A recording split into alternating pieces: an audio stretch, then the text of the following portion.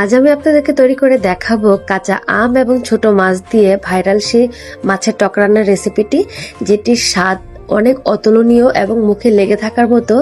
এই তীব্র গরমে আপনাকে এনে দেবে স্বস্তির একটি খাবারের স্বাদ। তো চলুন দেখে এসে এই খাবারটি রান্না করতে আমাদের কি কি প্রয়োজন হচ্ছে।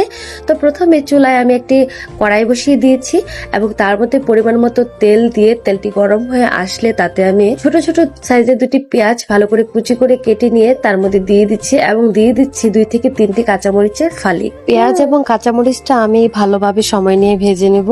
এই পেঁয়াজ এবং কাঁচামরিচের মিশ্রণটি ভালোভাবে ভাজা হয়ে এসেছে। তো এখন আমি এর মধ্যে অ্যাড করে দেব 2 টেবিল চামচ আদা রসুন বাটা এবং তারপরে অ্যাড করে দিব পরিমাণ মতো লবণ। যেহেতু আমি কাঁচা আমের তরকারি রান্না করছি, তার জন্য আমি আদা রসুনটাকে খুব ভালোভাবে তেলের মধ্যে কিছুক্ষণ ভেজে নেব, যাতে করে আদা রসুনের তীব্র স্মেলটা না পাওয়া যায় রান্নার পর। তারপর আমি অ্যাড করে দিচ্ছি 1 চা চামচ হলুদের গুঁড়ো দিয়ে মশলাটাকে আমি ভালোভাবে নেড়েচেড়ে মিশিয়ে দেওয়ার পর এইভাবেই কিছুক্ষণ কষিয়ে নিব।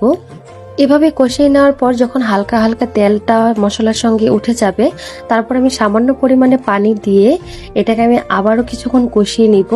এই টক রান্নায় আমি আমের পাশাপাশি আলুও ব্যবহার করেছি।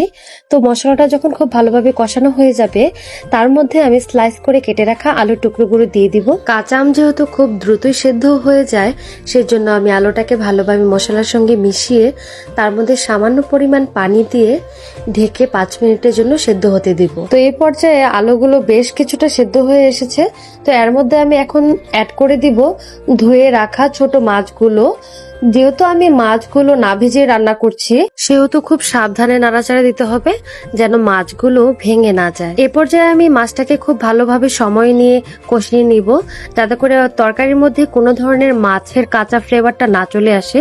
আর এখন অ্যাড করে দিচ্ছি বাসায় তৈরি করা আমার এই স্পেশাল মশলাটি।